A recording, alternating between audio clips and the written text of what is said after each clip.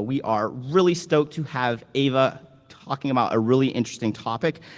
All right, Ava, you're on. Everything looks great. Take it away. Let us begin. So, hi everybody. My name is Eva Galperin, and welcome to Hey Siri, Find My Ex, Tech-Enabled Abuse in the Apple Ecosystem. You may be wondering who I am, unless you already heard Patrick's very kind introduction. I am the Director of Cybersecurity at the Electronic Frontier Foundation. I also co-founded the Coalition Against Stalkerware. You can reach me at eva@eff.org, or you can annoy me on Twitter at evaside. So let's go ahead and get started. And the most important thing that we need to talk about is, so what is tech-enabled intimate partner abuse? As more and more of our lives become digital, abuse has really moved online. It is now extremely common for us to keep most of our lives in some sort of digital device. So your calendar is online, your photos are online, your messages are in some device, your social media accounts, and more importantly, your location, because now that we all carry cell phones around, we are all essentially carrying location devices in our back pockets at all times. And this is information which is extremely tempting for governments to go after, which is one of the reasons why we've spent so much time, for example, talking about Pegasus, and for exactly the same reason that this information is tempting for governments, it is also tempting for abusers. The primary method that abusers have used in order to sort of keep tabs on their survivors and targets, victims, is a class of software called stalkerware. Stalkerware is a class of software that enables someone to secretly spy on another person's private life via their devices. The abuser can remotely monitor the whole device, including web searches, geolocation, text messages, photos, voice calls, and much more. These programs are easy to buy and install, and they are commercially available. The primary marker of stalkerware is that it runs hidden in the background without the affected person knowing or giving their consent. It is very easy to find these products. For example, this is a Google search for spy on my partner's iPhone. The iPhone is not some sort of magical device that is immune to these kinds of attacks. So your not particularly technically adept abuser starts with a Google search. The Google search provides them with links to a variety of products. And here is what they go on and do. So first, the abuser purchases a license for the stalkerware. Then they enter the target's Apple ID and password into the stalkerware website. One of the things that actually made it really difficult to convince AV companies at first to recognize stalkerware as malicious was they said, well, in order to use these products, you need to have the person's Apple ID and password. And if you have their Apple ID and their password, then that is essentially legitimate access to the user's device. They should be able to get this information anyway. Why should we label this software as malicious? And I have news for them about how abuse works. It's actually extremely common for abusers to have their target's Apple ID and password because they're able to coerce it out of them. Then the stalkerware company uses these credentials to log into the target's account, and it downloads data from the iCloud backups of devices. And finally, the abuser logs into the stalkerware web portal to view the data, which is updated with every iCloud backup. So Apple knows about all of this, and in an effort to combat breached iCloud accounts, Apple has made a bunch of security improvements to their services over the years, which helped make iCloud more secure. The first thing that they did was they added 2FA to Apple ID. First, it was introduced, and now it is the default setting for Apple IDs. This is an effective mitigation against abusers who do not have physical access to the target's phone, but it's less helpful for survivors who still live with or share space with their abusers. Apple has more recently put in place restrictions relating to iCloud, and this makes it much more difficult for external devices such as spyware to retrieve backup data from iCloud, whether the account has two-factor authentication or not. So how effective are the iCloud mitigations? Certo, a security research company, which is also a member of the Coalition Against Stalkerware, took a look at the top 25 stalkerware apps. And in their report, they wrote that of those 25 apps, only 3 offer an iCloud solution that could allegedly get all the data from an iCloud backup of an iPhone. They tested iCloud products from these 3 spyware providers with an Apple ID that had two-factor turned on, as well as another Apple ID that didn't. And none of the products were able to retrieve data from the backup in their test iCloud accounts. But what about partial data? Of the original 25, another 7 spyware providers claim to be able to steal data from iCloud, but in a more limited way. So rather than acquiring a full backup, they were claiming that they were able to download data that had been synced with iCloud. However, and that can include things like iMessages, contacts, photos, real-time location. Certo tested all 7 of these services with their test Apple IDs. Only 2 of them could successfully download the synced data from iCloud. The other 5 failed to establish a connection to Apple servers, regardless of whether the account had two-factor authentication or not. So basically, most of these services don't work. A lot of them still advertise themselves as working, and if you look through the reviews, you can see a lot of complaints. So does that mean that the problem of stalkerware on the iPhone has been solved completely? And the answer is no. So this is WebWatcher. WebWatcher uses a feature called iTunes Wi-Fi Sync, which is a built-in iOS feature used to back up an iPhone to a user's computer on the same network, as opposed to having to use a USB. This feature is used by WebWatcher as a way to retrieve data from the phone onto a computer on the same network.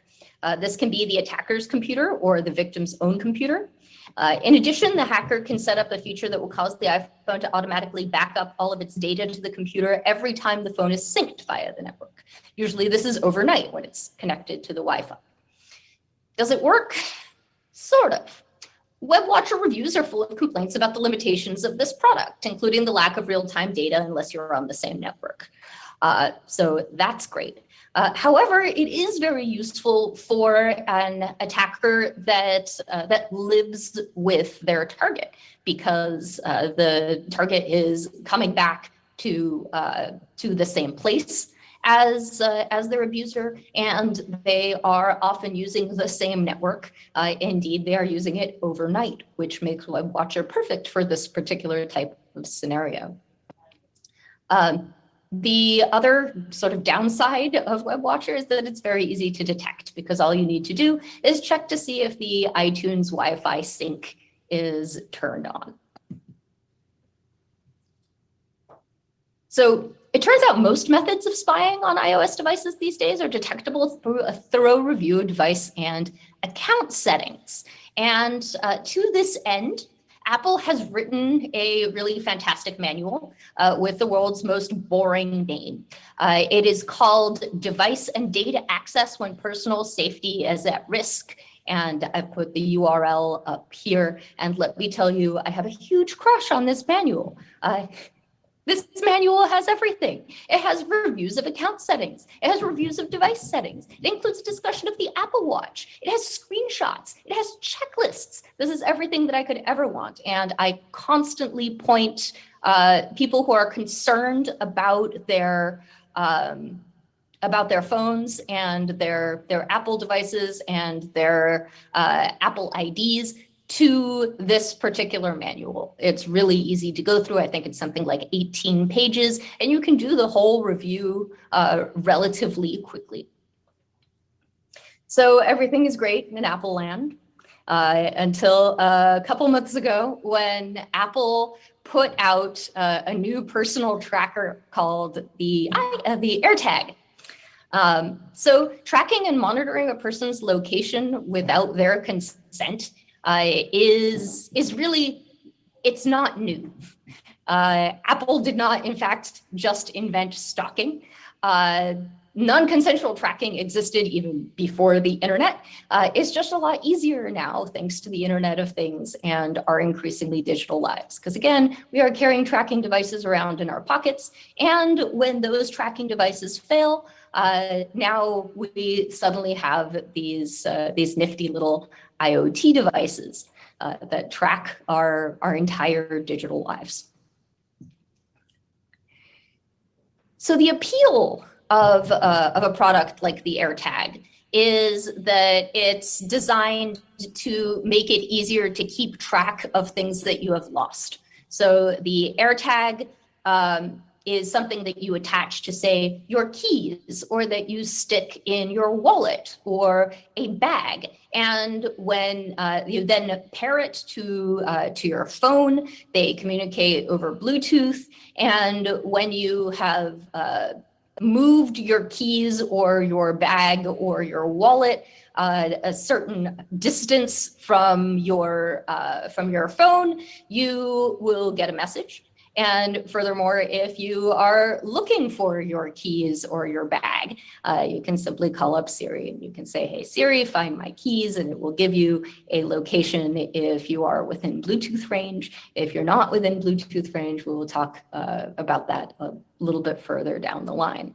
So this is a wonderful way of keeping track of your lost stuff.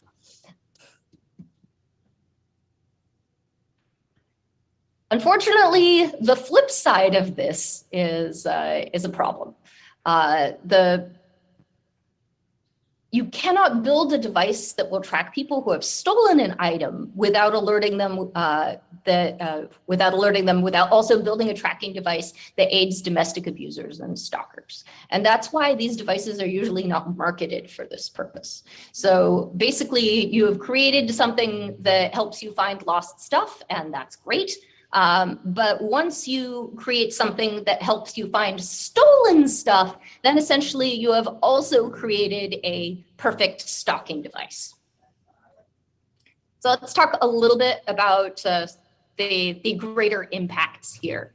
The advent of the AirTag means that there is increased access and increased awareness of this sort of non-consensual tracking. It also means that there are more unaware victims. There are people who do not yet know how what these things are or how they work, and they don't know to look for them. And finally, the way that the AirTag works allows it to leverage a vast network for long-range tracking, which is particularly disturbing. So now we're going to talk a little bit about that. So the close range tracking on an AirTag is done via Bluetooth. What you do is you pair your phone to your AirTag, and if you get out of range, you get an alert. And this is fairly normal. We see these sorts of things all the time. It's pretty standard.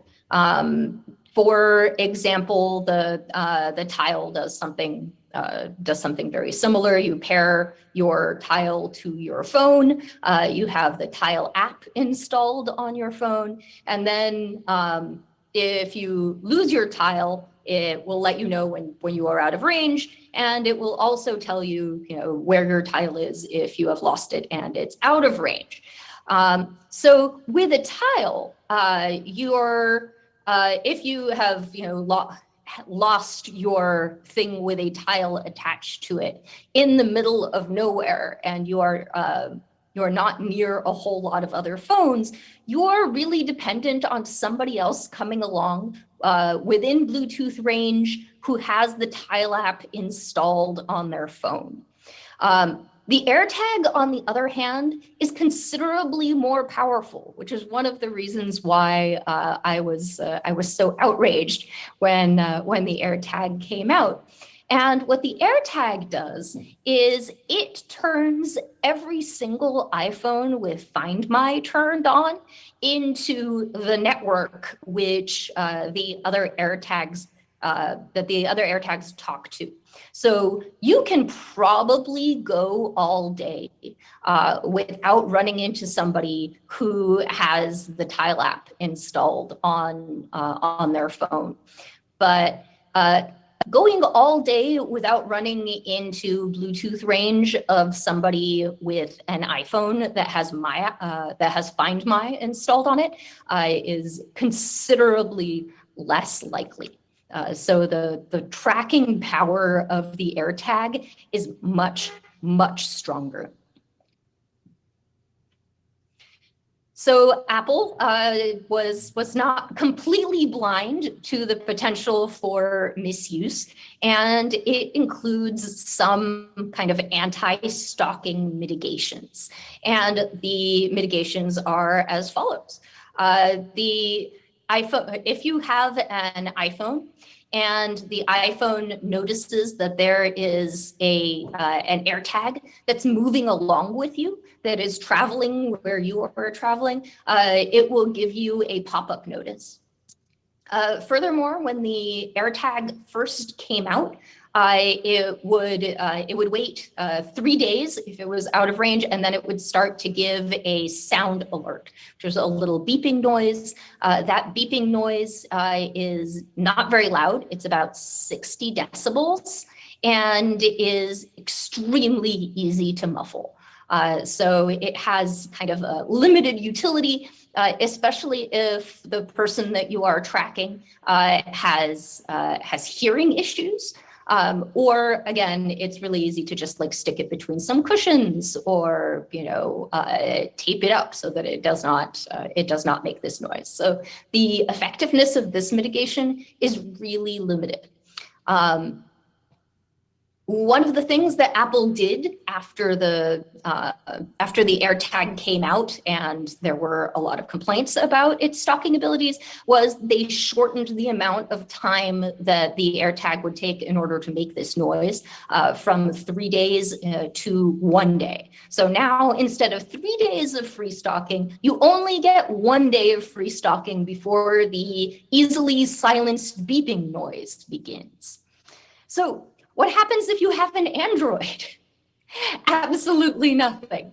There is no Android app that allows you, or rather, Apple did not come out with an Android app that allows you to know when you are being tracked by an AirTag. And again, the sound alert is not very effective. Furthermore, one of the big problems with the little beep noise that the AirTag makes when it is out of range of phone with which it is paired is that frequently we are dealing with abusers who live with the people that they are abusing and tracking. And if the reset timer was at 3 days when the AirTag first came out. So as long as the AirTag got within range of the abuser's phone every 3 days, even the little ineffective beeping noise would not be set off. And now that's been brought down to 24 hours, which again is still approximately as often as an abuser will see their victim, especially if they are living together. So the reset loophole is kind of a big deal. And there are, again, a bunch of reasons why we are concerned about the use of AirTags as part of intimate partner violence.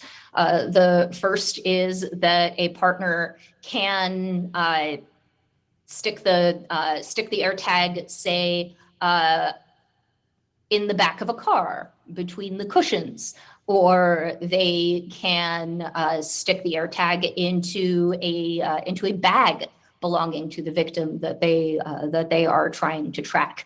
And again, as long as they come home once every 24 hours in order to reset, they will never be the wiser, except for if they have an iPhone. And if they have an iPhone, they may receive an alert that tells them that there is an AirTag traveling with them. If you have an Android, you are out of luck. So we can talk a little bit about how this uses Find My. We are already seeing news articles, both about the Tile, which has been out for a very long time, but also about people being tracked using AirTags. My contacts in the domestic violence world have informed me that they almost immediately started seeing AirTags appear in the bags and cars of the people that they were working with who were trying to escape intimate partner abuse. There are some options, or rather there is one option right now. If you are concerned about AirTags and you have an Android, which is this app right here, AirGuard. AirGuard is up here on GitHub, and you can install it on your Android, and it should tell you whether or not there is an AirTag or some other sort of Find My accessory following you. I cannot guarantee this because this is a fairly new app, and I have not yet had an opportunity to test it myself. Apple has also announced that they will be coming out with an Android app. But we are led to believe that it will be coming in approximately December, which gives us several months of free tracking and is very disturbing. So what should Apple have done? It turns out that there are actually some guidelines for how you build products that are resistant to technology-enabled intimate partner abuse. The first is that you should, wrong slide. The first is that you should promote diversity. When you have teams composed of many different kinds of people, they are more likely to create products that address the needs of a more diverse community. The second is that you need to guarantee privacy and choice. You need your products to make it very clear what information is available to what users and how to lock everything down.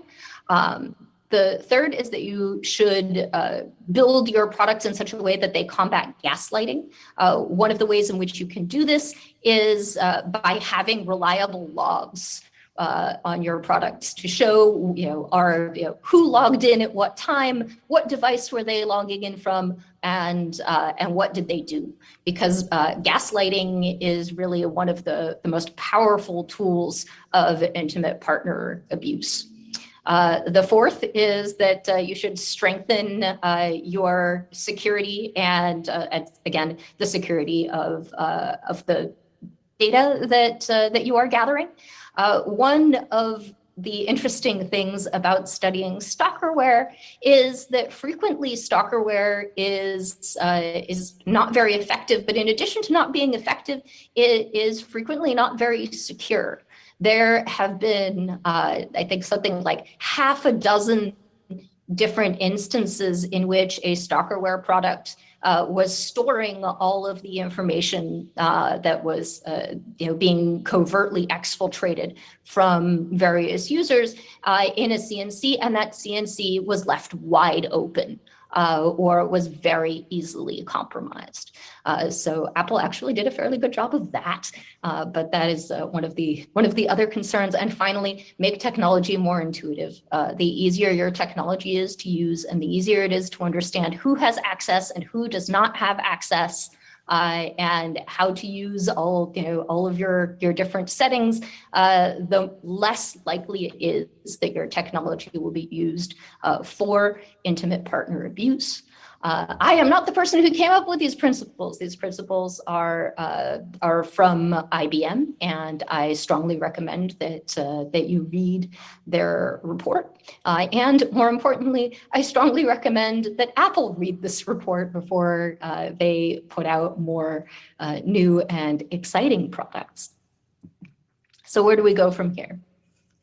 There is good news and there is bad news. The good news is that when it comes to stalkerware, stalkerware has definitely seen a downturn in the Apple ecosystem. It is harder and harder to use stalkerware to spy on somebody's iOS device. Furthermore, we have this wonderful manual. The manual allows us to lock people out in a way that is very easy to implement and that is easy to follow. The downside is that this manual is in an obscure portion of the internet and does not have a title that is very Googleable. And one of the downsides of this is that I frequently have to be the person who points the survivors of intimate partner violence to this manual instead of this manual being very easy to find for survivors. The bad news is that Apple keeps putting out products like the AirTag. So with one hand, they take it away. With the other hand, they give it to the stalkers. I was actually so angry about this that I wrote an op-ed with Albert Fox-Kahn for Wired called AirTags Are a Gift for Stalkers. And the mitigations that Apple has in place have a tremendous blind spot.